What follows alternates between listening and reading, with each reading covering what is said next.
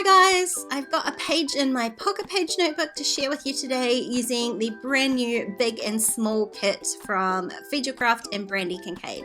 Now as soon as I saw this kit, I knew that I wanted to use these two cards, I knew I wanted to use them together, and I knew I wanted to use them in my notebook. So that's what I'm doing today. The Fragile and Formidable card is just so cute because I think that that perfectly describes most of us, to be honest. And this photo, the selfie from me, was from one of those days, one of those fragile days, and I wanted to pair it with this other card that says, and I can't remember the exact quote now until I see the card, something about if this isn't nice, I don't know what is, because I think lately I've definitely been feeling that sort of that push and pull of things being really good and the not so great things, just putting into perspective the things that are going really well. So this was just a really beautiful sunrise one morning that I took a photo of, and I think that that sort of clearly illustrates those points, that even those sort of crappy days sometimes have a really pretty beginning or end. So I think I love the contrast of the two of them, plus all of these colors, so good. Pink and yellow and the blue from the sunrise just go so nicely together. So I've trimmed down the 4x6 card just to fit onto my Pocket page, which is, I think it's roughly about 4 1/4, and I printed out my photo to be 4 1/4 square too, and I just trimmed those both down on my trimmer to make sure they were the exact same size, so that fills up my left-hand page. And I've added my 3x4 card with my photo to the top of the second page. I am leaving the pocket spare in between because I'm going to do some sequins. Obviously, I had to, didn't I? And underneath my 3x4 card here, I'm gonna stamp out just a little quote that I sort of thought worked nicely with both of those cards. Life is a balance between holding on and letting go. And this is the new Aster Alpha. That's a mouthful, from Brandi Kincaid and Craft as well. That's available today, and this is awesome. If you've ever wanted to have Brandi's handwriting on a page, now is the time, people. Stop the video, use the link down below, and go and grab it for yourself, because I suspect this one will sell out super quick. I'm just using a lighter pink ink to stamp this quote because I don't want it to sort of take up too much visual space on the page. I'm just using it to kind of fill in this weird gap underneath my 3x4 card. I thought I would end up with sort of a fairly gritty looking sort of layout here, and this just fills up that white space underneath. I did keep that the cut-off piece from the yellow card because I somehow want to get some of that yellow onto this side of the page too. I'm just not entirely sure how at the moment. You saw me sort of playing around with it up the top. It's not quite the same height as the 3x4 card is like that 1/4 inch smaller than the other side, so it kind of ends up with this weird gap until I work out that if I trim this little yellow piece, I can add just a little tiny strip at the bottom, which really emphasizes that sort of column-y feel of this page.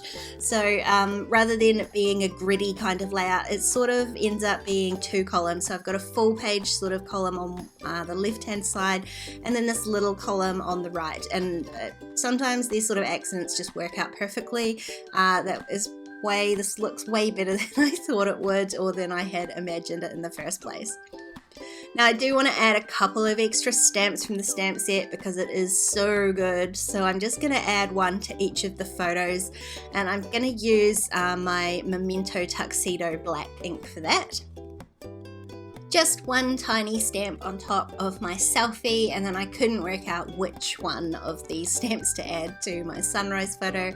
I end up going with choosing my own adventure because I do think that this spread is a little bit about that kind of attitude, I guess, to choosing how your day is going to go. So that's why I chose that stamp there. That's what I wanted to come across on this page, and I kind of I don't feel like it's done. Obviously there's still sequins to add, but I want to add something else. So I did turn off my camera because I've forgotten to heat up my fuse tool to add my sequins. So I do let the fuse tool heat up for a good 10 or 15 minutes before I try and fuse a pocket. So I did turn the camera off, and while that was heating up, I went and print and cut the printables. So the kit comes with the digital kit, or you can buy the digital kit on its own, and there's a printables sheet in there which I do just print and cut with my silhouette. Most of the shapes in here are pretty basic. You could cut them by hand if you don't have a silhouette, but I'm lazy, so I let my silhouette do all the work for me. You can see them in my little dish over there, and I'm going to add a few of them once I've done my little sequin pocket.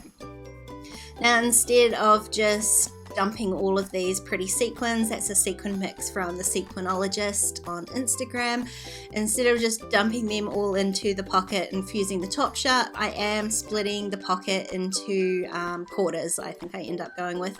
That's just a little cardboard template that I made myself, which has made life so much easier rather than sort of guessing how high to make each segment.